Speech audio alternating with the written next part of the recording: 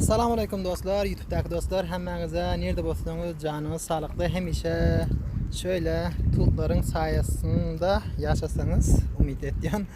Hava böyle destanı özüm koştum ya, gerçekten canınız sağ olsa şu vakti bir deryanın boyunda suyu şırın yani onun tanıştırıp eteyim. Qarların sus deryalar görüyorsunuz değil mi? O yer derya diyorsun, dağ. Deryalara görüyorsunuz da ama dağı görseniz. Hava köp mahal oldu video dolam yok, biraz bahar oldu, bahardan bir video dolap paylaşayım dedim. Balık var mı kan şehirde nazarınıza? Yani balık kette balıklar diyor ya. Köp tut yani bir yerde daraxt. Tut değil ya dostlar, tut dedim de ama tut mu ne mi daraxtın adından bilem yok. Tal mı?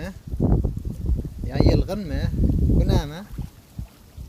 Oho, bir yerde bir şeftali var dostlar. Al diyor ya şeftali. Nemesin bir yerde? Ağaçlanmak hiç neresi yok. Bu daraxtın tarihi de oluptur bir yerde. Gördünüz değil mi? Ben aslında yıkılıptır mı? Şamal yıkıptır mı? Hiçbir fikrim yok.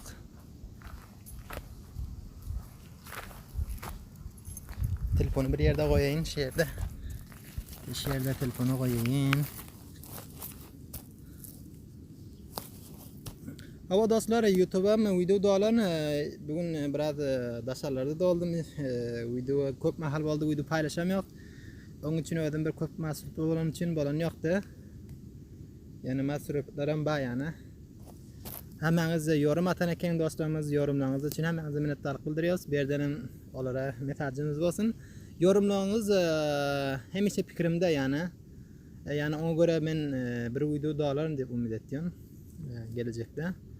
Yorumlarınızı alıyorum ama cevap veremiyorum. Görüyorsun vakti gelen pille.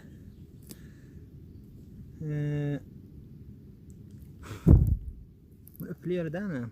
Hindi filmlerde üflüyor. Ama kaçmadı yani.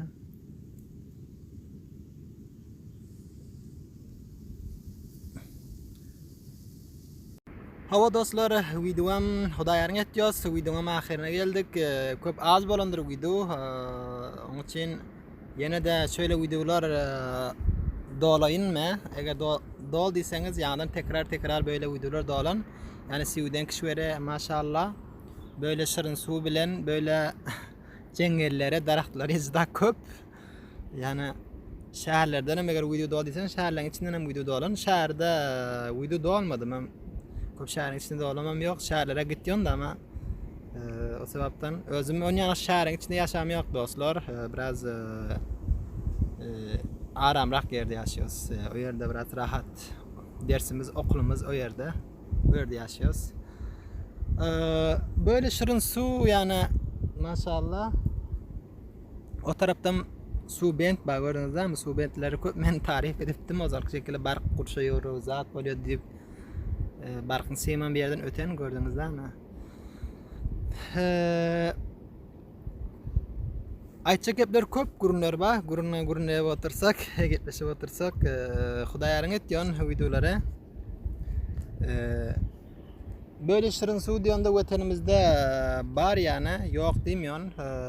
Men övündik değil yani, bir kişilerin bilir bu kişilerde seye bu kişilerde yaşıyoruz, asuda yaşayabiliriz ama Afganistan'da düşünüyoruz da o sebepten biraz üzülüyoruz yani. Köp her gün kıyınçılık, her gün yani. Bir gün uykudan uyansak bara şu gün uyumuza özümüz kurşamasak hiç kim kurşamıyor. Ata babamızdan bir nakıl var. Öz uyuğuna ketteden ünem diyor. Öz yıkıp oğuran uyuğunu özün oğuracaksın diyor ha. Şonki şekilde ata babaların nakıllarını şekilde mekam tutmak gerek. Öz yurdunu özün kurşamasan bakşı yerden gelip kurşamaz hiç vakt. Bulan bir sosyal mesajı olsun dostlarımıza. Okul bilen her yere yetişirsiniz. Okula biran dostlarımız aytdı, okulu okuyup näme boldu diyor. Okulu okuyup näme bolduk değil de okula bir işler etmek gerek. Bir nefer yördürüyor müngerçe närseni. O sebepten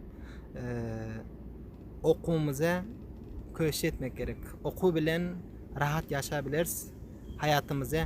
Şakaçın hem işleri rahat buldu ama tarak durdu hem de ilim bilen çıktı.